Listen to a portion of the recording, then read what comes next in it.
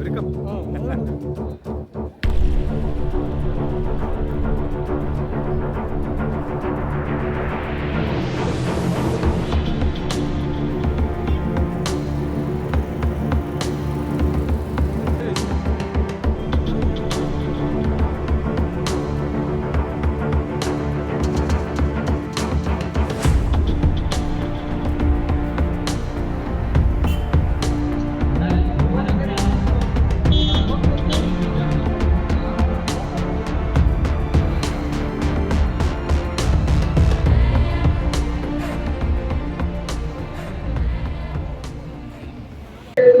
പ്രിയപ്പെട്ട സഹാക്കളെ, പ്രിയമുള്ളവരെ, കേരളത്തിലെ UDF സംഘടിപ്പിക്കുന്ന പ്രതിഷേധ സദസ്സ് ഇന്ന് കാഞ്ഞിരംകുളത്ത് വെച്ച് നടക്കുക. കേരളം കണ്ടതിൽ വെച്ച്, തിരുവനന്തപുരം ജില്ല കണ്ടതിൽ വെച്ച് ഏറ്റവും ആവേശോജ്വലമായ ഒരു പ്രതിഷേധ സദസ്സാണ് ഇവിടെ നടക്കാൻ പോകുന്നതെന്ന് നമുക്ക് ഒറ്റനോട്ടത്തിൽ തന്നെ അറിയാൻ പറ്റും. കേരളത്തിലെ ജനങ്ങളമ്പാടെ ഈ ഗവൺമെന്റിനെതിരെ ശക്തമായി പ്രതികരിക്കുന്നു എന്നുള്ളതാണ് ഇവിടെ വരുമ്പോൾ കാണാൻ കഴിയുന്നത്. ഏതാനും നിമിഷങ്ങൾ കൂടി കഴിയുമ്പോൾ ഇവിടെ കുഞ്ഞികൃഷ്ണൻ നാടാർ സ്മാരകത്തിലെ പുഷ്പാർച്ചന നടത്തിക്കൊണ്ട് പ്രതിപക്ഷ നേതാവ് ഈ പരിപാടി ഉദ്ഘാടനം ചെയ്യും. ഈ പരിപാടിക്ക് കുറിച്ച് പറയുമ്പോൾ കേരളത്തിലെ ഇടതുപക്ഷ ജനാധിപത്യ മുന്നണി ഇന്ന് പുതിയ ഒരു ഏറെ വിചിത്രമായ ഒരു സംഗതി നടപ്പിലാക്കുവാൻ ഗവൺമെന്റ് തീരുമാനിച്ചിരിക്കുകയാണ്. എന്താണെന്ന് പറഞ്ഞാൽ കേരളത്തിലെ മുഖ്യമന്ത്രിക്ക് വേണ്ടി കാരവാൻ ബുക്ക് ചെയ്തിരിക്കുകയാണ്. നമ്മൾ കാരവാൻ എന്ന് പറഞ്ഞാൽ കേട്ടറിവ് മാത്രമേ ഉള്ളൂ, കണ്ടറിവ് മാത്രമേ ഉള്ളൂ. കേരളത്തിലെ സിനിമാ താരങ്ങളും അതുപോലെ സെലിബ്രിറ്റികളും ഉപയോഗിച്ചുകൊണ്ടിരുന്നതാണ് കാരവാൻ. ഇപ്പൊ ബസ്സിൽ നിന്ന് ഇറങ്ങി ബസ്സിലെ ചൂട് പിടിച്ച് കേരളത്തിലെ മുഖ്യമന്ത്രിയുടെ സെക്രട്ടേറിയറ്റിലെ ഓഫീസ് അത് വാഹനത്തിലേക്കാക്കാൻ പോവുകയാണ്, ബസ്സിലേക്കാക്കാൻ പോവുകയാണ് എന്ന് പറഞ്ഞുകൊണ്ട് കാരവാൻ വാങ്ങുവാനുള്ള ശ്രമത്തിലാണ്.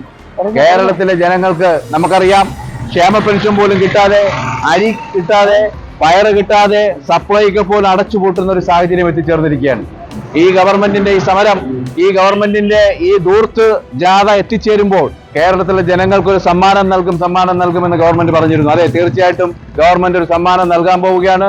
കേരളത്തിലെ അവശ്യ സാധനങ്ങൾ, നിത്യോപയോഗ സാധനങ്ങളുടെ വില വളരെ 50% സബ്സിഡിയോട് നൽകിയ സപ്ലൈകോയില് ഇരട്ടി വിലയ്ക്ക് എങ്ങനെ സാധനം വില വർദ്ധിപ്പിക്കാം എന്നുള്ളതിനെ കുറിച്ചാണ് ഗവൺമെന്റ് ഇപ്പോൾ ആലോചിച്ചുകൊണ്ടിരിക്കുന്നത്.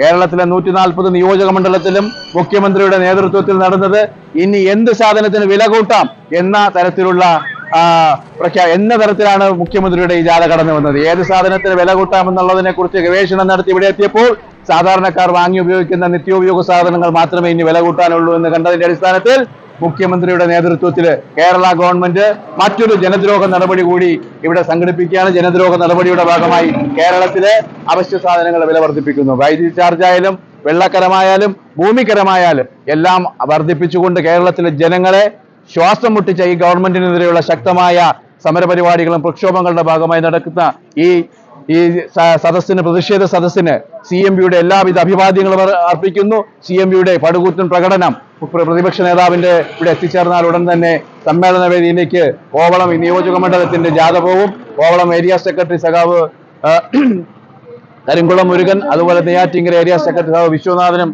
സംസ്ഥാന കൗൺസിൽ അംഗം സഖാവ് സാമ്പനും, സഖാവ് സുരേഷും, അതുപോലെ തന്നെ സഖാവ് ആറയൂർ സുകുമാരനും, ജില്ലാ കൗൺസിൽ അംഗം സഖാവ് രുദ്രയും അടക്കമുള്ള നിരവധി സഖാക്കള് സമര ഭടന്മാരായി ഇവിടെ തന്നെ ഉണ്ട്. ഈ സമരഭടന്മാരുടെ നേതൃത്വത്തിൽ ഇവിടെ നിന്ന് ജാഥ ആരംഭിക്കും. അതുപോലെ തന്നെ തൊട്ടടുത്ത ഏരിയ കമ്മിറ്റി ബാലരാമപുരം ഏരിയ കമ്മിറ്റിയുടെ നേതൃത്വത്തിൽ മറ്റൊരു ജാഥ എത്തിച്ചേരും.